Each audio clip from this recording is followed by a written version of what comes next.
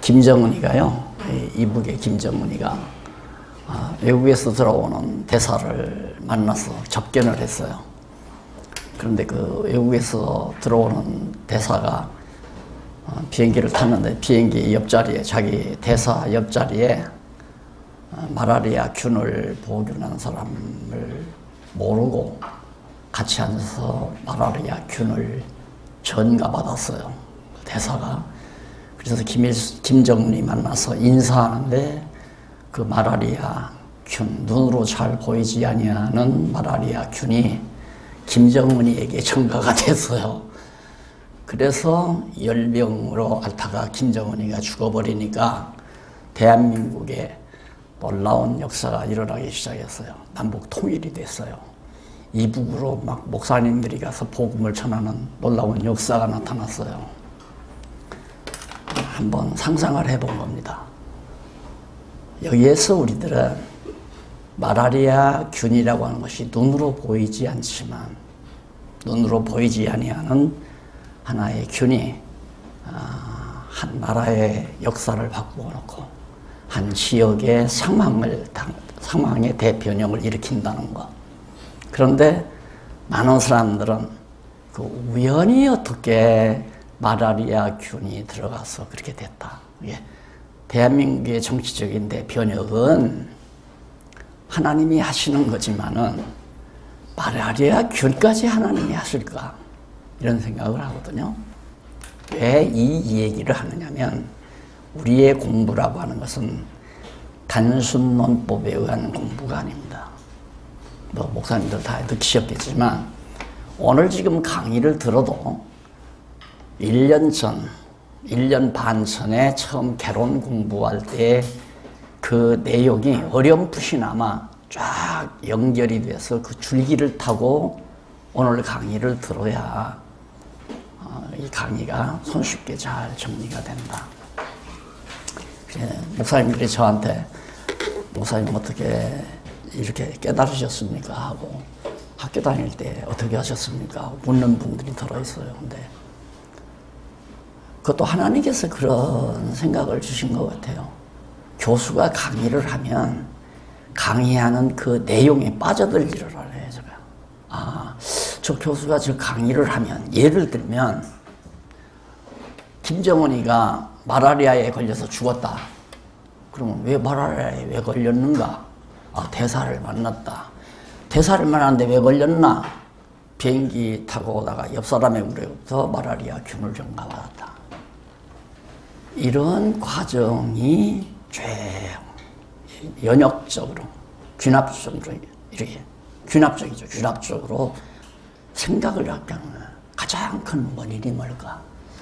그럼 마라리아 균을 가진 사람이 이북 대사의 옆자리에 앉게 된 것은 우연일까? 그것도 우연이 아니다. 그 공항에서 표를 그렇게 끊어줬기 때문에 그렇게 됐다. 그럼 표를 그렇게 끊어주는 건 우연일까? 우연일 수밖에 없잖아요. 하나님이 없다고 하는 사람들은 우연이라고 생각하죠. 그러나 유실론 하나님이 살아계신다고 확증하는 우리는 우연이란 없습니다. 그 하나님의 섭리로 보는 거죠. 완벽한 하나님의 섭리. 그러니까 어떤 일이든지 마찬가지입니다. 모든 만사가. 그러니까 지금 제가 말씀드린 이 내용과 같이 언제나 목사님들은 그 원인의 원인, 원인의 원인, 원인의 원인, 그렇게 해서 귀납적으로 올라가서 하나님까지 올라가야 하나님이 그렇게 하셨다라고 해야. 집에 부도가 났어요. 남편이 보증을 서서 부도가 났어요. 남편의 친구 사업에 보증을 서서 친구가 망하니까 남편의 부도가 나서 아파트가 다 날아가 버렸어요. 그것도 마찬가지예요. 왜? 결국은 하나님께서. 천하만사 어느 것 하나, 참새 한 마리도 하나님의 허락 없이 떨어지는 법이 없습니다. 자, 이거 한마디 했으면 오늘은 공부 그만해도 될 것 같은데, 그래도 목사님들 아쉽겠죠. 오늘 공부 안 해도 돼요. 오늘 이 말씀만 목사님들이 기억을 하셔도. 그러니까 제 강의는 성경에서 그 진리를 발견하고 그냥 그거 원칙에 의해서 늘 강의하는 거예요. 모든 만사 하나님이 하게 하셨다. 이거죠. 창세기 공부할 때부터 에덴 동산에 선악과 만들어 놓은 것, 선악과 나무 만들어 놓은 것부터 다 들으셨잖아요. 다 하나님께서 그랬죠. 바로 우리의 생각이 그렇게 정리가 안 되면 그냥 거두절미하고 제 강의 들으면 아 웃긴다 저 목사 완전히 뭐 성령 부인한다든가 안 그러면 완전히 인간을 로봇으로 만든다든가 이런 식으로 해서 화가 나가지고 한두 번 참석하다가 그만두고 그러고 수없이 본 겁니다. 수없이. 그러면 제가 지금 처음에 나와서 김정은이 얘기한 게 틀린 얘기가 아니잖아요. 맞잖아요. 요셉이 아버지 사랑받는 요셉이 형제들의 미움을 받아요. 다른 형제들이 다 미워하지만 그 중에 하나가 어느 놈인지 모르지만 기억은 안 나는데 몇째 놈이요. 팔아먹어 버리자. 이놈이 있었단 말입니다. 그러니까 그거 괜찮다. 죽이느니 차라리 팔아먹어 버리자. 용돈 쓰고. 그렇게 해서 팔려가는 거 아닙니까? 그러면 형제 중에 그 마음속에 팔아먹자고 하는 생각은 하나님이 주신 게 아니다. 얘기가 돼요? 그러면 얘기가 안 되잖아요. 요셉의 사건을 통해서 이스라엘 민족을 이제 애굽에 가서 종살이 시켜가지고 구출해서 하나님의 계획을 이루어 가야 되겠는데 어디서부터 출발하는가? 요셉, 그 이전도 있죠. 12 아들 낳게 하는 거지. 결국은 영원전 하나님께서 천지만을 창조할 때로 다 올라가는 거예요. 그리고 하나님께서 12 아들 낳게 해서 아들 가운데 한 놈이 요셉 팔아먹자고 그 마음을 하나님이 어두운 영을 통해서 잡아 넣어서 그렇게 하게 한 거란 말입니다. 그래서 역사가 그렇게 이루어지도록 섭리하셨다. 한번 목사님들 조용할 때 새벽에 기도하러 나가시던가 그러면 산책을 하실 때 오늘 제가 첫 출발에 말씀하신 내용 항상 그런 패턴으로 예를 들어서 우리 교회 집사님이 부도가 났다. 그리고 목사님으로는 마음 아프잖아요. 왜 그랬을까? 그러면 자꾸 올라가다가 하나님께서 우리 집사님에게 곤고한 날을 주시려고 했구나. 곤고한 날과 형통한 날 겸해서 주신 하나님이니까 바로 그것이 오늘 우리가 하나님에 대한 관심, 하나님 신관을 가지는 가장 중요한 이유입니다. 모든 사건이나 모든 만물의 근원은 하나님이다. 그래서 하나님으로부터 연역적으로 설명을 해야 바른 설명이고 사건으로부터는 귀납적으로 하나님께까지 올라가야 바르게 사태를 직시하는 것이다. 됐습니다. 이제 그러면 오늘 10장 1절로 16절까지 7437페이지에 자, 여기서부터 지난 시간 아마 양쪽 가로 입은 나라의 일꾼을 세우심 두 번째 나라의 일꾼을 세우심 이게 이제 9장 51절로부터 10장 20절까지 지난 주일에 혹시 강의를 안 들었으면 뜬금없는 얘기죠. 갑자기. 그리고 양쪽 가로 2번만 봐도 위에 1번이 있다는 얘기고 양쪽 가로 1, 2번이 있다는 것은 한쪽 가로 1번이 있다는 얘기고 한쪽 가로 1번이 있다는 얘기는 가로 없는 1번이 있다는 얘기고 가로 없는 1번이 있다는 얘기는 1절이 있고 그 다음 1장이 있고 1편이 있고 1권이 있고 그 위에 그러니까 아까 제가 처음에 말씀드린 대로 원인으로 팍 올라가면 최종적으로 여호와 계시 성경은 여호와 하나님을 이렇게 여호와 하나님까지 올라가잖아요. 그래야 역사도 설명이 되고 인생도 설명이 되고 세계도 설명이 되는 거다. 하나님을 빼놓고 주어 본주오 하나님을 빼놓고 인생도 역사도 세계도 설명되는 게 없어요. 실제로 설명이 안 되잖아요. 학문이라는 게 아무것도 인생 문제도 역사 문제도 다 주관적이에요. 그러니까 역사도 보는 측면에 따라 다르고 인생도 보는 측면에 따라 다르고 다 다양하게. 그래서 이론도 많고 주장도 많고 그럴 수밖에 없지만은 우리가 바르게 알면 다 하나로 통일이 되실 수 있죠. 그래서 세속적인 학문이란 세계라든가 역사라든가 인생에 관해서 설명되는 것이 하나도 없다. 다만 그냥 나타난 현상을 보는 각자의 시각만 있을 뿐이지 원인과 결과가 절대 안 나온다. 일반 세속학문은 결론이 없잖아요. 서론도 없고 서론을 뽑아낼 수가 없죠. 서론이 없으니까 결론을 못 뽑는 거고 서론 결론이 없으면 그냥 중간 과정 논의만 있는 거죠. 논의. 그래서 10사람이 모여서 예를 들어서 오늘 사태에 대해서 논의하면 나는 이렇게 생각한다. 너는 이렇게 생각한다. 장로님들 뭐 재직회나 당회 해보시면 알지만 다 장로님마다 견해가 달라요. 그런데 이제 목사의 권위로 팍 누르죠. 아유 목사님의 견해가 그러시니까 그냥 따라합시다. 이러고 결정나는 거 아니에요. 그러니까 지금 뜬금없이 나라의 일꾼을 세우신 이렇게 나왔는데 지난주일 공부하신 거 지금 연결하라고 제가 말씀을 드린 거예요. 지난주일 내가 설명 다시 안 할 테니까 지난주일 지금 나라의 주인 공부하는 거 아니에요. 예수님께서 나라 사역을 위해서 이 땅에 좀 오셨다. 그게 이제 누가복음 두 번째 단락 아닙니까? 두 번째 날 위해서 나라의 사역, 하나님의 나라 사역으로 예수님이 지금 하시는 거다. 누가복음 사역 중심으로 예수가 그리스도의심을 증거하기 위해서 첫째는 아들 사역했고 두 번째가 지금 나라 사역하는 거거든요. 나라 사역이란 하나님 나라 사역한다는 얘기입니다. 하나님 나라가 뭐냐면 우리는 나라 하면 이렇게 국토가 있고 또 백성들이 우리나라만 해도 5천만 백성이 있고 5천만의 나라는 그리고 대한민국 22만 평만 남북이 다 해서죠. 이 땅덩어리가 이것만 우리는 생각하는 거거든요. 그러나 하나님의 나라는 예수 그리스도가 바로 하나님의 나라 아닙니까?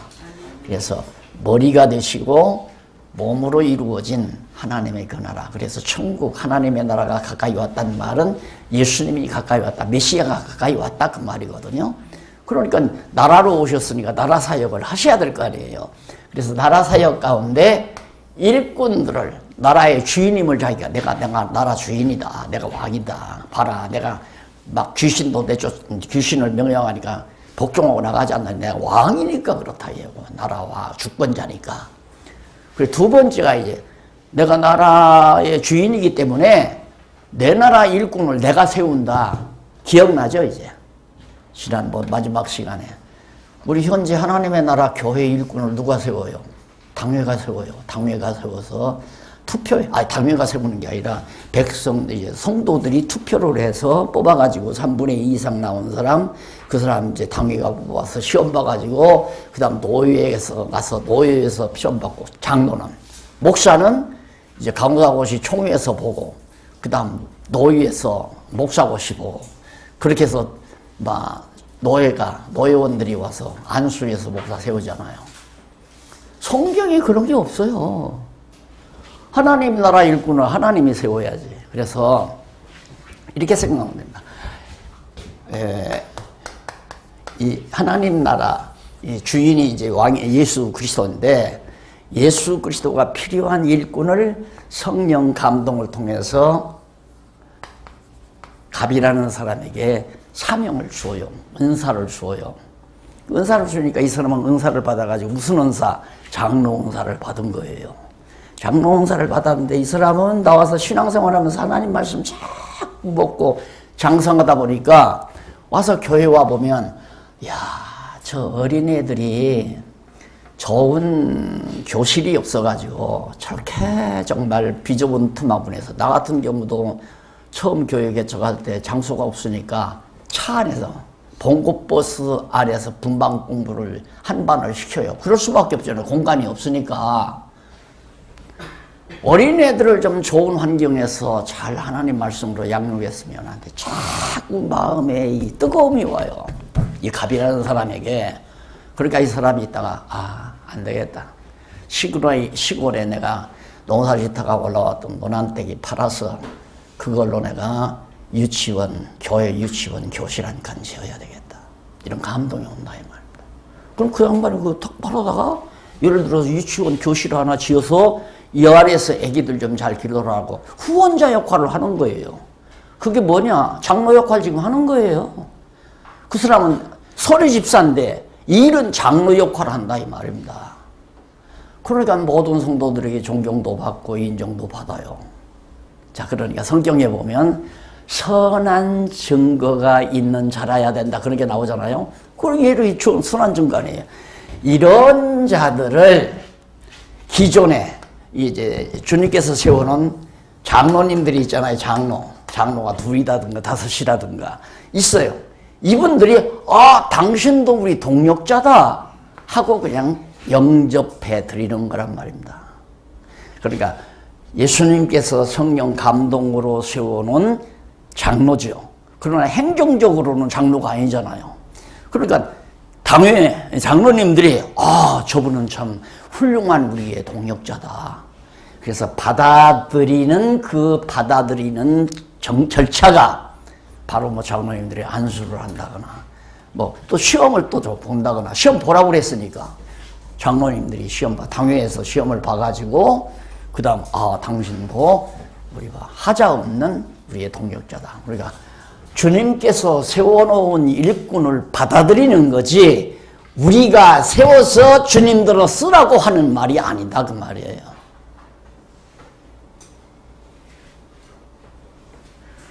생각 조금 하세요. 완전히 인본주의예요 교회가.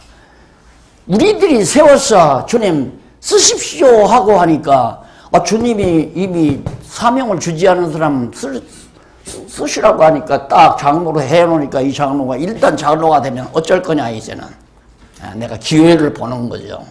저 목사를 제가 나를 그냥 괴롭히고 나를 일찍이 장로를 시키지 않고 저쪽 장로만 편애를 하고 너는 죽었다 이제. 일단은 장로가 되면 너는 죽었다고 해요. 기회를 노리는 거죠.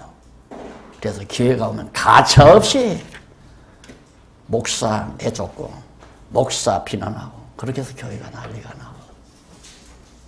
그럴 필요가 뭐 있어요. 그래서 내가 성경을 보면 당연히 나라 일꾼은 주인 되시는 하나님의 나라 주인이 되시는 예수님께서 성령을 보내고 당신의 그리스도의 영을 보내서 이 사람에게 감동을 줘가지고 장로 일을 하게 한 다음 장로 일을 하고 있는 다른 동역자들로 하여금 같이 영접하라. 그러니까 로마서에 보면 16장에 보면 영접하라 그 말이에요. 영접하라. 누구도 영접하고 누구도 영접하고 받아들이는 거예요. 주님께서 세워놓으신 일꾼을 받아들이는 거지 우리가 세워서 주님들을 쓰라고 하는 게 아니다. 이 사람은 이미 사명이 없는 거예요. 그러니까 장로 되기 위해서 목사가 세우니까 목사나 당회원들이 세우니까 가끔 가다가 밥도 사고. 내가 한번 그런 일이 있었어요. 왜 장로가 우리에게 딱 들어와요. 들어오더니만 하는 얘기가 장로 선정한다고 해가지고 쌀을 한 가마 해서 그냥 떡을 해가지고 싹 돌렸더니만 한 판 먹였더니만 그냥 표수가 나오더래요. 그래서 자기는 쌀 한 가마 장로라고 그러더라고요. 다 얘기하면 알만한 교회예요. 최 씨가 목회하는 어디야 답심인가 어디에서. 이거 교회 아니에요. 그래서 지금 한국교회가 이렇게 어렵게 되지는 이유 다 이런 데도 있는 겁니다. 인위적으로 상속사건에 인위적으로. 근데 하나님께서 이 사명을 주시면 정말 헌신적으로 하지만은 가만히 보니까 교회 가보니까 다닐 바에야 기왕 부인 따라서 다닐 바에야 나도 장로 한번 해봐야 되겠다 하고 장로가 벼슬인 줄 알고 자꾸 달겨드는 사람은 장로 되기 전에는 연보를 예를 들어서 정도 30만 원 한다거나 50만 원 한다거나 이렇게 무덕무덕 해요. 장로 딱 내가 경험해서 장로가 딱 되니까 해마다 5만 원씩 떨어져. 5만 원씩. 30만 원 내던 사람 25만 원, 25만 원 내다가 20만 원, 20만 원 내다가 15만 원, 15만 원까지 떨어지고 내가 은퇴를 했어요. 안 돼요. 그러니까 장로 세워놓으면 교회를 다 박살내고 이런 결과가 오는 거죠. 그럴 바에야 이런 사람 없으면 안 세우는 게 나아요. 이런 사람 없으면. 지금 비록 소리 집사지만 하는 짓이 진짜 장로보다 현재 A라는 장로는 인식해가지고 교회 일에 절대 헌신적으로 안 해. 후원자인데 장로란 말이 후원자거든요. 후원하다. 그 번역을 하게 되면 후원하다라는 말이 나와요. 후원하다. 당연하죠. 후원자인데 전혀 후원하는 게 없이 겨우 그냥 체면 치레만 하는 이런 사람인데 이 사람은 서리 집사인데도 장로 몇 배. 예를 들어서 뭐 자기 시골에 있는 조상적부터 물려받은 노난떼기 딱 팔아다가 그걸로 유치원 딱 지어가지고 유치원 아이들 어린 영혼들 주 안에서 기르도록 예를 들면 장로 되고도 남죠. 그런 사람은. 자, 그래서 거기 나라 일꾼을 세우는 가운데 지난번에는 이제 51절로 62절까지 말씀을 드렸고요. 거기 나왔잖아요. 배척당하며 나라 일꾼을 주권적으로 주님의 몸된 교회 일꾼을 왕 대신 예수 그리스도와 주권적으로 세운다. 그래서 70인을 불러서 내보내잖아요. 그게 이제 10장 1절로 16절에 나옵니다. 70인 보내면서도 야 추수할 것이 참 많다. 일꾼이 모자란다. 70명을 불러서 세웠어요. 그래 보내면서 절대 가다가 아무에게도 문안도 하지 말아라. 가서 하나님의 나라가 임했다고 전파하면 받아들이거들랑 그 집에 들어가라. 그 집에 들어가서 그냥 내쫓지 않으면 그 집에 들어가서 그냥 머물면서 먹으면서 먹고 자면서 이제 복음 전해라. 일꾼이 싹을 받는 게 당연하다 이거예요. 그럼 누구 일꾼이에요? 그리스도의 일꾼이죠. 하나님 나라 예수님께서 세우신 그리스도께서 세우신 성령을 감동을 통해서 세우신 일꾼이란 말입니다. 그런데 그 집주인이 먹여 살리는 게 아니에요. 영접한 자가 영접해서 잠자리도 주고 밥도 해드리고 빨래도 해드리고 후원자 노릇을 한단 말입니다. 그 사람이 하는 게 아니에요. 그렇게 하도록 나라 주인이 되시는 그리스도께서 성령으로 왜 그 가정이 택한 백성이기 때문에 영접하게 만들어서 복음 전도자를 다 뒷바라지 하도록 해줄 거니까 그 집 떠나지 말고 계속 거기 머물러라 이 말이에요. 그러면서 일꾼이 싹을 받는 것이 마땅하다. 우리는 자꾸만 싹을 교인들이 우리한테 무슨 싹 쓰는 줄 알아요. 그러니까 목사님들이 교인들에게 목맬 수밖에 없는 거죠. 자칫 잘못하면 영리하니까 내가 연봉 내봐라. 너는 밥 굶어 죽어. 내 돈 낸 걸로 너 밥 먹고 살잖아. 이래서 서구 교회 목사들은, 미국 교회 목사들은 교인들한테 꼼짝 못 하잖아요. 한국이 목사의 낙원이라고 그래요. 이 한국은 목사님 건드렸다가는 저주받는다. 하도 그렇게 쏠려시켜놔가지고 목사님에게 잘못했다가는 우리 가정 망한다. 이런 식으로 알기 때문에 감히 그렇게 못하지만 요즘에는 점점 그게 일어나잖아요. 목사 배척하고 목사 비난하고 그래도 안 망하거든요. 자, 그래서 우리가 하나님께 정말 선택받은 사명받은 하나님의 사람이라면 걱정, 근심, 염려할 거 하나도 없다. 그러니까 아무것도 가져가지도 말고 그냥 맨몸으로 가라 이거예요. 그걸 보여주는 거죠. 내가 세운 일꾼은 아무것도 두벌 신발도 안 가지고 가도 다 먹고 입고 살도록 내가 다 해주마. 그거 아닙니까 지금? 근데 너 영접하지 않은 사람은 어떻게 될 거냐? 소돔 고모라보다 견디기가 더 소돔 고모라 성이 그 성보다 견디기가 쉬우리라. 이 소돔 고모라 성보다도 더 극심하게 니느웨 성보다도 더 극심하게 너를 영접지 아니하는 그게 바로 70인을 세운 주님의 일꾼들의 일을 통해서 나타나는 일이란 말입니다. 그러면 내가 답답한 게 아니잖아요. 내가 지금 요 광주에 복음을 준 거로 왔어요. 왔는데 목사님들이야 이제 다 부름받아서 사명받은 분들이지만 이렇게 와서 듣다가 에이 하나도 재미있고 뭐 졸음만 얼고 안 온다. 안 듣고 하면 내가 답답할 게 없잖아요. 아무것도 안 들으면 예수님이 하라는 대로 툴툴 멀리 떨고 가면 끝나는 거예요. 왜? 나 여기 와서 전했습니다 하는 증거, 증표거든. 먼지 여기다 떨어뜨리면. 그럼 이 다음 심판날에 그 먼지가 일어나서 박 목사가 광주에 와서 다 말씀 전할 때 이 사람들 안 들었던 사람들입니다 하고 다 증인 선다 이 말이에요. 그렇게 당당한 것이 하나님 앞에 선택받은 일꾼들이란 말입니다. 그런데 그냥 누가 조금이라도 좀 실망하고 안 나올 듯이 아이고 저거 사람이 11조가 20만 원짜리인데 11조가 30만 원짜리인데 여기에 목매단다면 참 괴로운 일 아니에요 목사가. 듣갔으면 듣고 말랐으면 말고 나는 성경대로 하나님 말씀대로 그냥 가르쳐드리고 그걸로 끝나는 거예요.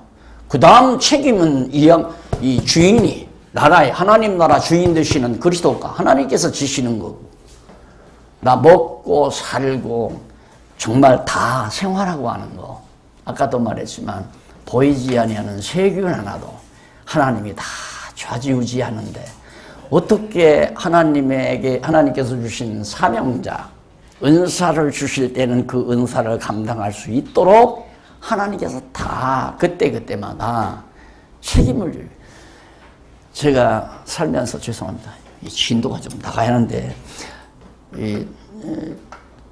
목회 시작해가지고 저는 한 90년도까지니까 한 10년 넘게 목회비를 받았어요. 교인이 한 240, 50명 나오는데도 내가 그걸 행정적으로 딱 제재를 하고 제도를 만들고 제도대로 하지 아니하니까 안 줘요.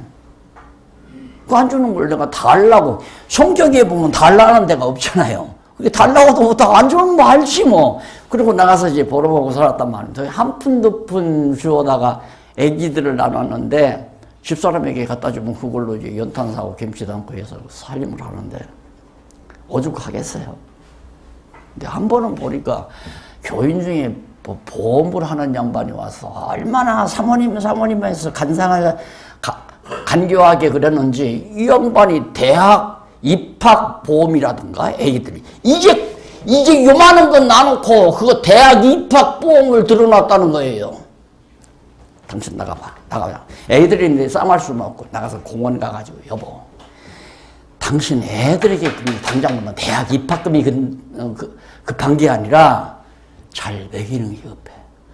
건강하게 지금 어렸을 때 영양 잘못 간 사람이 애기들 안 된다. 그러니까 막 이제 그 이전한테 쏘갔다고 내가 화가 나가지고 인생 살면서 가장 최대로 그때 가면 또 그때 하나님이 해결해. 지금 애들 먹이라고 준 돈 왜 미래 걱정하고 그러냐고 하면 할 일을 싸웠는데 진짜 애기들 세 놈이 다 경희대 나왔어요. 그것도 어렵지 않잖아요.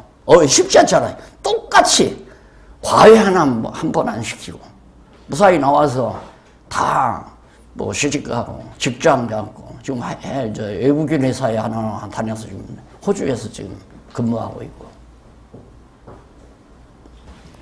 이 양반이 한 거죠. 이분이 다 하나하나. 그러니까 하나님이 세웠으면 하나님이 책임지는 거죠. 하나님이 안 세우고 자기가 직업적으로 택했으면 제주 써가지고 정치적으로 먹고 살아야 되고 그렇잖아요. 그래서 일꾼 세우는 문제는 매우 중요하다 하는 얘기고요. 그 다음 넘어가서 17절로 20절 70인에게 권세를 주어 귀신을 황복하는 것을 알려줍니다. 내가 너희들에게 권세를 줘서 귀신 황복시킬 테니까 그렇게 해서 당신의 일꾼을 세워가지고 일을 시켜서 감당하게 만드시고, 그게 이제 20절까지 나오고요. 그 다음 양쪽 가로 3번 나오죠. 여기 보면 나라의 백성을 가르치신, 이거 이제 일꾼 세우고 백성을 가르쳐줘. 왕은 백성들을 바르게 잘 인도하고 가르쳐야 될 책임이 있잖아요. 가르치는 내용이 나오는데, 어떻게? 첫째로 21절로 24절, 10장 21절, 24절. 아버지 뜻대로 아들을 보고 듣는 자가 복되다. 아들이죠? 아들을 보고 듣는 자가. 그러니까 아버지의 뜻대로.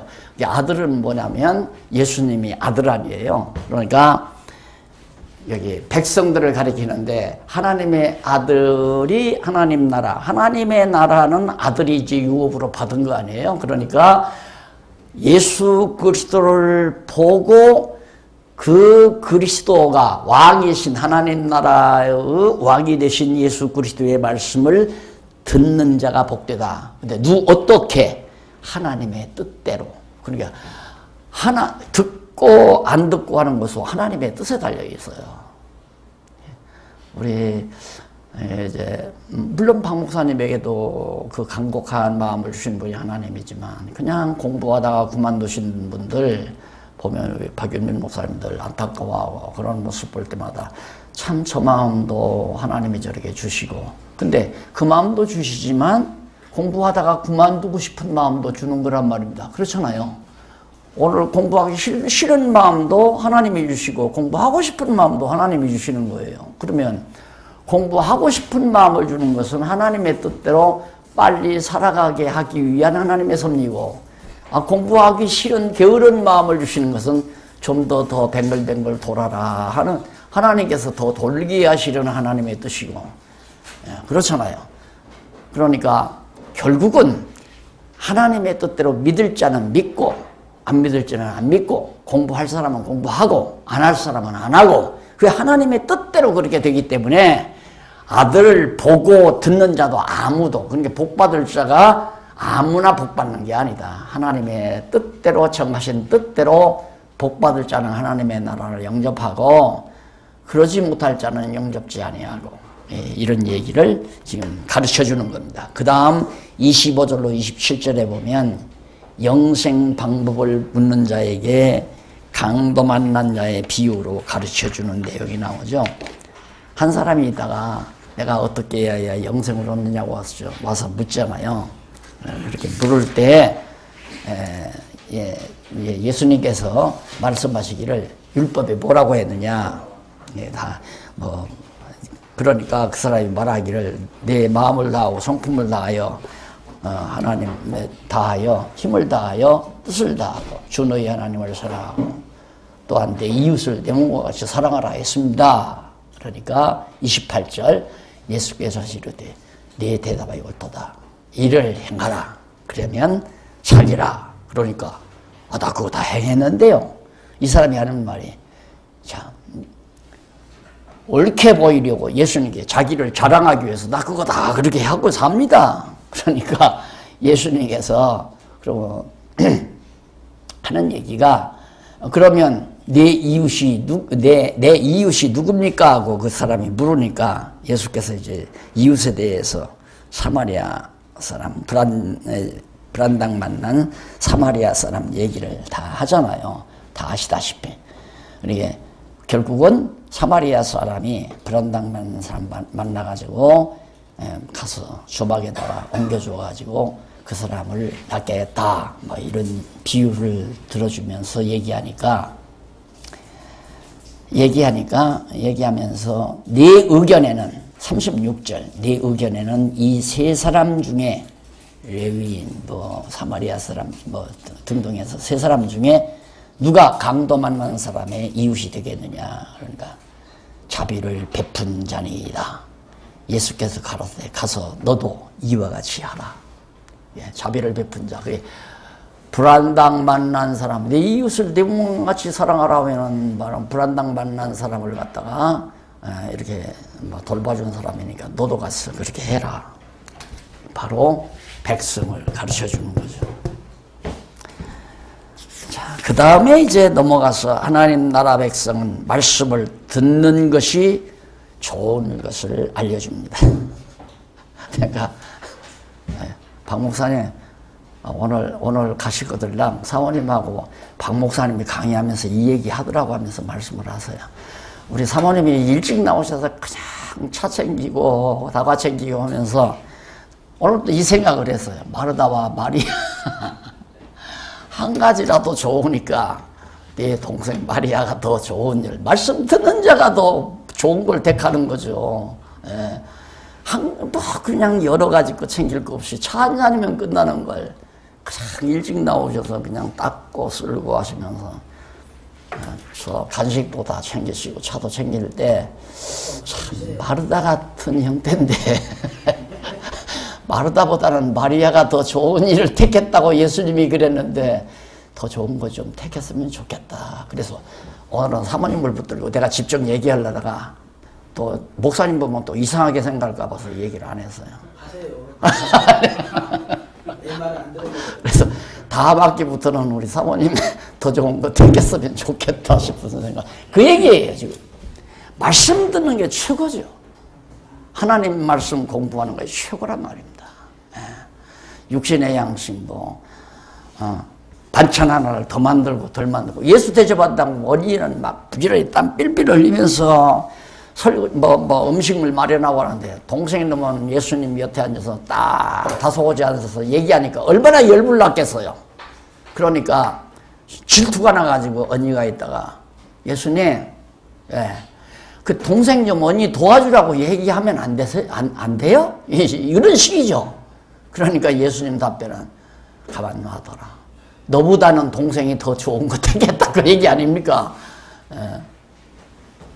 말씀, 백성이라고 하는 것은 왕의 말, 나라의 주인 되시는 그리스도의 말씀을 듣고 사는 것이 가장 중요하고 값지다는 것을 가르쳐주고 그 다음 11장 1절로부터 13절까지는 기도의 내용과 예를 들어 약속된 성령을 구할 것을 가르쳐줍니다.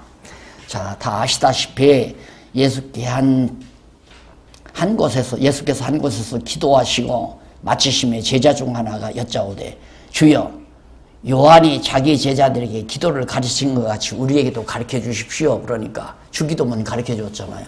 하늘에 계신 우리 아버지요 이름이 거룩히 여김을 받으시옵소서. 그 말은 바로 하나님 아버지의 이름은 여호와 아니에요. 그 여호와 언약대로 메시아 그리스도를 보내주셨으니까 정말 여호와라는 이름은 거룩합니다 하고 우리가 거룩히 여기는 것을 받아주십시오. 그 말 아니에요. 그 얘기란 말입니다. 거룩히 여김을 받아. 그 전에 구역성경에는 거룩하게 하옵시며 그렇게 나왔어요. 그렇게 거룩하게 하란 말은 예수님 이름이 왜 그렇게 정자 무슨 칠뜨기 이런 식으로 옛날 이름이 촌스러웠잖아요. 그러듯이 어떻게 그렇게 이름이 추합니까? 좀 이름 좀 거룩하게 해 주십시오. 그 말로 주기도문이 번역이 됐거든요. 번역 잘못된 거죠. 거룩합니다. 정말 하나님의 이름 여호와라는 이름은 참 거룩합니다. 한 번 메시아 그리스도 보낸다고 약속하시지만 진짜 그리스도를 보내셨군요. 정말 거룩하십니다 하고 우리들을 찬양하오니 그대로 받아주십시오. 그러면서 나라 임하옵시며 뜻이 하늘에서 이룬 것 같이 다 지난번 마태복음 공부할 때 다 배운 거 아니에요. 결국에는 뭐냐? 그리스도를 구하라. 너희는 먼저 그 나라와 그분을 구하라. 그게 바로 주기도문의 요약이라고 그랬죠. 그것의 더 요약은 그것의 더 요약은 예수 그리스도 또 여기 보면 성령이라고 나와요. 성령. 구하는 자에게 어찌 좋은 걸 주지 않겠느냐. 그 좋은 것이 뭐냐면 약속해서 보내실 성령을 말하는 거예요. 구하는 자에게 반드시 성령을 보내준다. 그런 내용을 쭉 가리키는 것이 1절로 13절. 자세한 설명은 그 강론, 강해 내용 속에 다 담겨져 있어요. 이거 그렇게 하다가는 다음 주간까지 누가복음 종강해야 되거든요. 그러니까 조금 속도 좀 내십시다. 자, 그래 넘어가시고요. 그 다음 넘어가서 자 여기 한쪽 가로 2번 딱 나오잖아요. 이게 뭐냐면 나라의 권세에 의한 사역.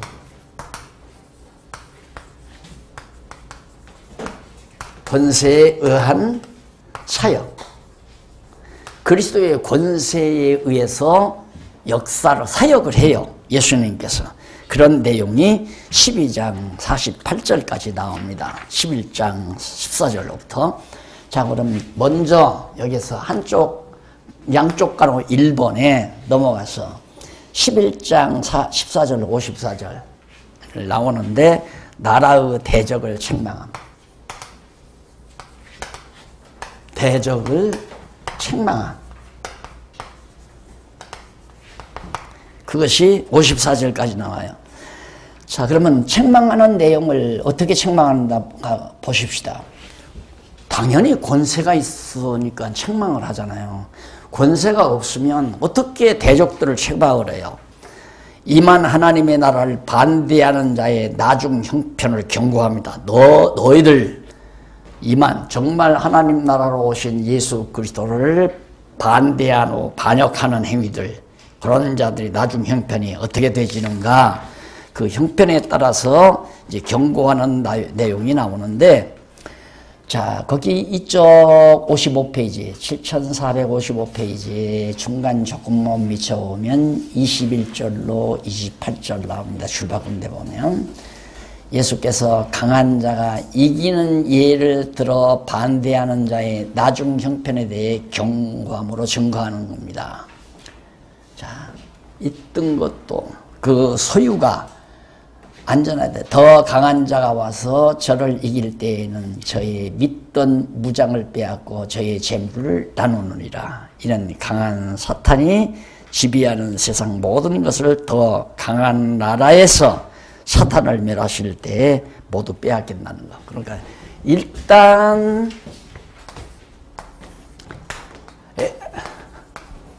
에덴에서 쫓겨난 사단이 이 세상을 다 지배하잖아요. 에덴에서 쫓겨나서, 세상으로 쫓겨나서 사단이 지배하고 있단 말입니다. 근데 사단이 지배하고 있는 이 세상에서 예수님께서 택한 자들을 뽑아내서 하나님 나라 백성, 그래서 에클레시아라고 그러잖아요. 불러내다. 어디로부터? 사단의 노예로부터, 사단의 종살이로부터, 사단이 지배하는 나라로부터 하나님의 택한 백성들을 에클레시아, 불러내서 하나님의 나라 백성 삼는다. 그게 교회다. 에클레시아가 교회라고 그러잖아요.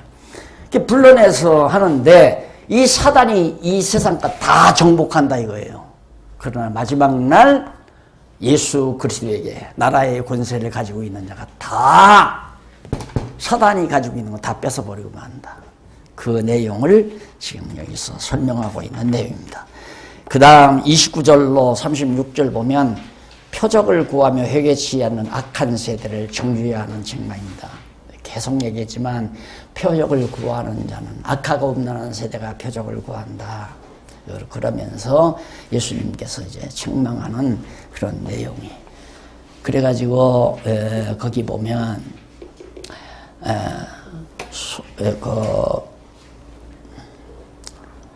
요나의 니느웨성 심판 때 소돔 고모라성 남방 여왕 이들이 더 당하는 벌이 약하다 이거예요. 니느웨 성이 너희보다 견디기 쉽고 소돔 고모라가 너희보다 쉽다 그 말이에요. 표적을 구하는 그 악당들, 대적자들, 너희들은 그만큼 많은 심판을 받는다는 것을 말해주고 있는 겁니다. 그 다음 넘어가서 여기는 좀 조금 살펴보십시다. 33절로 36절 7458페이지 거기 보면 예수께서 등불로 예를 들어 빛을 보지 못하고 어둠 가운데 속한 자들을 책망하는 내용인데 거기 보면 들어가는 자 빛을 보게 하려 함이라고 하는 가운데서 여기 들어가는 누구든지 등불을 켜서 속에서 말 아래 두지 아니하고 등경 위에 두나니 이는 들어가는 자로, 들어가는 자로 했을 때 들어가는 그 말이 무슨 뜻이냐면 현재 분사 중간태 수동 디퍼넌트 동사로서 들어와지고 있는 그 말이에요. 그러니까 점점 하나님의 나라로 들어와지고 있는 그런 따라서 세상 빛으로 오신 그리스도를 숨기지 아니하고 드러내신 것은 하나님 나라에 들어와지고 있는 계속해서 하나님 나라로 들어와서 백성이 되고 있는 자들로 볼 수 있게 하려고 빛을 밝혀놓은 것이다. 그런 얘기예요. 그 다음 이제 넘어가서 11장 37절로 44절 바리새인의 외식 및 교만한 태도를 예와 비유로 책망하는 그런 내용이 44절까지 나옵니다. 뭐냐면 예수님 식사 초대를 받죠, 바리새인들이. 그런데 예수님이 손도 씻지 않고 그냥 바리새인의 집에 올라온 거죠. 바리새인들이 예수님을 초대했다는 것은. 그럼 거기 갔으면 결례에 따라서 다 손 씻고 갖추어서 잡숴야 되잖아요. 근데 이제 이상해서요. 초대받고 딱 하니까 손도 안 씻고. 그 예수님이 아시고 사람 그 예수님께서 다 이게 그런 의식, 겉이 더러운 것이 문제가 아니라 속이 더럽다. 속에는 사악하고 시기, 질투, 미움, 증오, 살인 이런 온갖 더러운 것들이 가득하다 이거죠. 그래서 그 안에 있는 것, 그 밑에 제일 밑에서 네 번째 줄 59페이지 네 번째 줄 중간에 보면 여기 그 안에 있는 것이라는 말은 바로 뭐는 갖고 있는 것, 그 안에 갖고 있는 것, 그리고 또는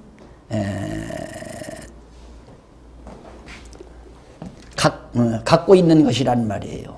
그리고 구제하라는 말은 무슨 뜻이냐면 자비를 베풀어라 이런 뜻이고, 그래서 그리고 또 거기 그리하면 조건문으로 나와 있죠. 성경에 보면 본문에 보면 그리하면이란 말이 또 나와요. 그것도 역시 잘못 번역된 거죠.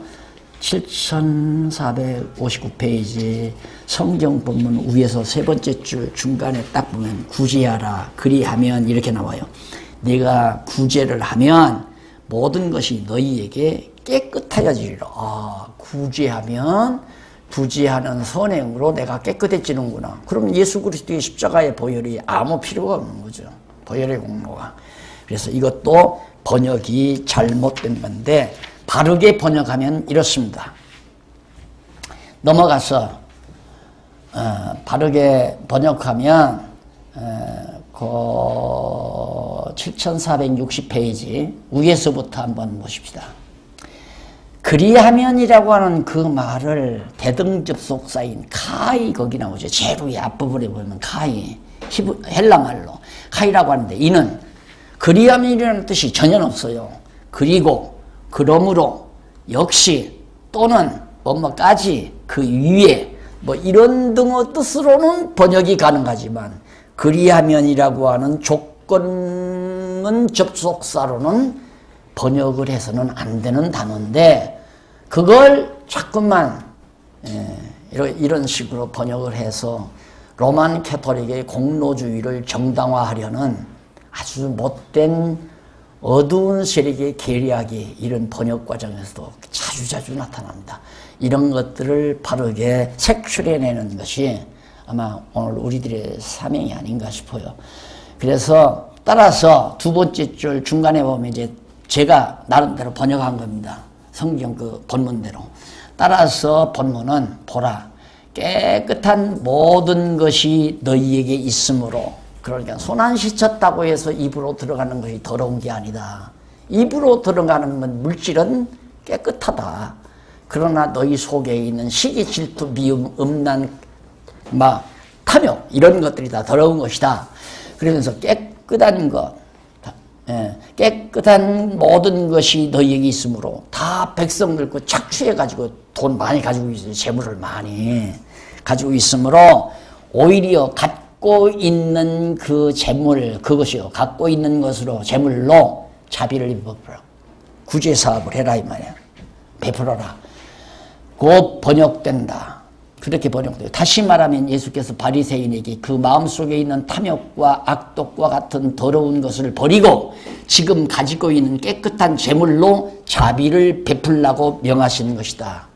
그러니까 자비를 베풀면 깨끗해지리라가 아니라 내 속에 있는 더러운 것들을 다 저버리고 가지고 있는 깨끗한 재물로 불쌍한 사람들, 어려운 사람들에게 구제사와라. 가르쳐 준 거예요. 이게 조건을 세워서 구제하면 너희가 깨끗해진다는 말이 아니다는 얘기예요. 번역 엄청나게 잘못했잖아요. 이 우리 성경명의 지금 번역 내용이. 제가 번역한 것이 제가 어학 전공은 아니지만 제대로 잘 번역했어요. 지금 요즘 아마 목사님들 들으시겠지만 우리 방송사에 방송국에 뭐 들어가 보시면 헬라어, 히브리어 원어 강의 지금 나가잖아요. 계속 시리즈로.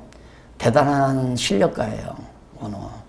네, 그분이 사실 명동 강의 때 만났던 후배인데 그분이 지금 한 40년 만에 다시 저를 만났어요. 그분은 완전히 야, 이거 원어를 알아야 성경을 제대로 알겠구나. 그때 이제 그 자극을 받아가지고 언어 공부를 해가지고 대가가 됐어요. 대가가 됐는데 요즘 이제 제 강론집 갖고 공부하면서 그런데요. 어떻게 박 목사님은 원어 공부도 안 했는데, 원어 전공도 안 했는데, 이렇게 성경을 샅샅 잘 찾아서 정확하게 이렇게 해놨는지 모르겠다고. 요즘 강의하면서 그런 얘기 한다고 누가 나한테 전해주더라고요. 나 듣기 주라고 전해줬겠죠. 근데 내가 봐도 참 번역 잘한 것 같아요. 잘했잖아요. 제대로. 카이니까 그리고라고 해야죠. 그리고라고 번역을 해야지. 그걸 왜 그리하면 조건문 접속사를 왜 쓰느냐 이 말도 안 되는 얘기죠. 그러니까 이 접속사 하나가 성도들의 신앙을 완전히 공로주의자로 만드느냐 아니면 완전히 하나님 주권 은혜로 만드느냐가 판가름 나는 거예요. 단어 접속사 하나 잘못 해석함으로. 네, 11장 45절로부터 우리 차 한잔 드시고 하십시다.